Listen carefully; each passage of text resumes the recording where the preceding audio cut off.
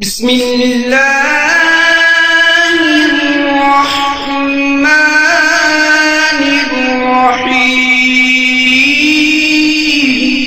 اہل حدیث ہے ہم، یہ عزم ہے ہمارا، کافی ہے صرف ہم کو اللہ کا سہارا۔ کچھ لوگ کہتے ہیں 12 ربیع الاول کو حضور کی وفات ہے، اس دن جشن منانا کیسا؟ میرا پہلا جواب ہی ایٹم بم، باقی جواب بھی دیتا ہوں۔ پہلا جواب ہی ایسا، ساری عمر سوچتے رہے، وفات کا غم یا جشن وہ منائیں جن کے مر گئے، میرا نبی زندہ ہے۔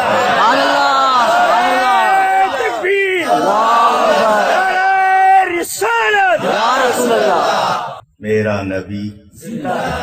ہر وفات کا غم جس کو منانا منائے، میرا نبی زندہ ہے۔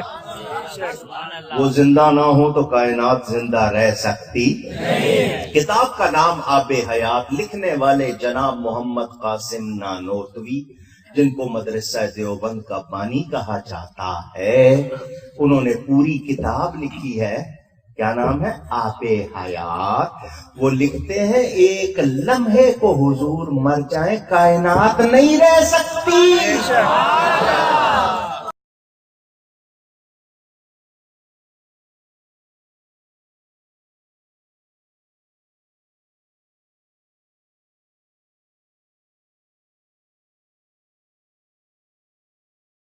عمر فاروق رضی اللہ تعالیٰ عنہ نے 10 سال میں 10 مرتبہ 12 تاریخ آئی ربیع الاول کی، 12 تاریخ آئی۔ یہ وہ ہیں 12 ربیع الاول کو جنہوں نے جناب محمد رسول اللہ کی انتقال کی خبر سنی تھی تو تلوار میان سے باہر نکال لی تھی، اور یہ فرما رہے تھے 12 ربیع الاول کو تم 12 ربیع الاول کو چراغ جلاتے ہو، جشن مناتے ہو۔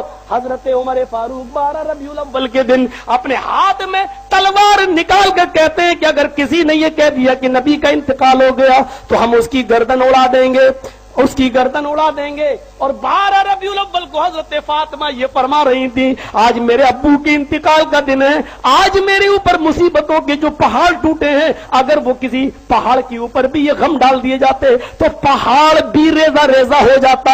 حضرت فاطمہ فرما رہی ہے میرے ابو کے انتقال کے بعد میرے اوپر اتنی مصیبتیں آئیں کہ اگر وہ مصیبتیں کسی رات دن کے اوپر ڈال دی جاتی تو وہ دن بھی رات میں بدل جاتے۔ حضرت عمر تلوار میان سے نکالے ہوئے کہ اگر کسی نے کہہ دیا کہ انتقال ہو گیا تو اس کی گردن اڑا دیں گے۔ حضرت ابو بکر ایسے شخص ہیں جنہوں نے سنبھالا، فرمایا کہ عمر ہوش میں آؤ، اللہ کی قسم میرا رب میرے نبی کو 2 موتیں نہیں دے سکتا ہے، جو موت برحق تھی وہ آ چکی ہے، اللہ کے پاس جو جانا تھا وہ آ چکا ہے۔ اور مجمع میں اعلان کرتے ہوئے فرمایا تھا، لوگوں غور سے سن لو، من کان منکم یعبد محمدا فإن محمدا قد مات، تم لوگوں میں سے جو محمد کی عبادت کرتا تھا، جملے دیکھو، من کان منکم یعبد محمدا، بخاری شریف کی حدیث کے الفاظ ہے، تم میں سے جو محمد کی عبادت کرتا تھا صلی اللہ علیہ وسلم، جو ان کی عبادت کرتا تھا وہ سن لے، فإن محمدا قد مات، محمد رسول اللہ کا انتقال ہو گیا۔ اور جو اللہ کی عبادت کرتا تھا، جو اللہ کی عبادت کرتا تھا وہ سن لے کہ اللہ مرے گا نہیں، وہ زندہ ہے، ہمیشہ سے زندہ اور ہمیشہ زندہ رہے گا، اور وہ اس کو موت نہیں آئے گی۔ یعنی نبی اکرم اللہ کو پیارے ہو گئے، اللہ کی جو عبادت کرتا تھا وہ سن لے اللہ زندہ ہے، وہ کبھی مرے گا نہیں۔ یہ کہہ کر بتانا چاہتا عمر ہوش میں آؤ، نبی اکرم دنیا میں نہیں رہے۔ تب حضرت عمر فاروق نے کہا مجھے ایسا لگ رہا تھا حضرت ابو بکر کے خطبے کو سن کر جیسے قرآن کی آیتیں آج ہی نازل ہو رہی ہوں۔ صرف حضرت عمر فاروق کو حضرت ابو بکر نے سنبھالا تھا، کسی نے اتنی ہمت نہیں دی۔ 10 سال 12 ربیع الاول آئی، لیکن کبھی حضرت عمر جنہوں نے اپنی ایک بیٹی دی ہو اللہ کے رسول کو نکاح میں حفصہ، لیکن کبھی بھی جشن منایا ہو، چراغ نہ جلایا ہو، لائٹیں نہ جلائی ہو، ہری جھنڈیاں نہ لگائی ہو۔ حکیم الامت حضرت مولانا مفتی احمد یار خان کیا پیارا شعر بتا گئے، فرماتے ہیں نثار تیری چہل پہل پر ہزاروں عیدیں ربیع الاول سوائے ابلیس کے جہاں میں سبھی تو خوشیاں منا رہے ہیں۔